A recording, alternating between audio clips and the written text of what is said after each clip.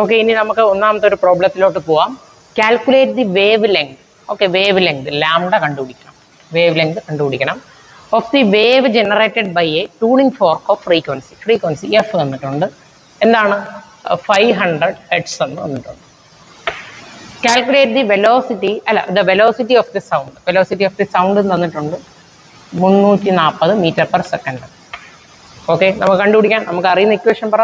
B is equal to F into lambda. F ഗുണം lambda എന്ന് പഠിപ്പിച്ചു. അപ്പോൾ ബീൻ്റെ ആൻസർ 340 ആണ്.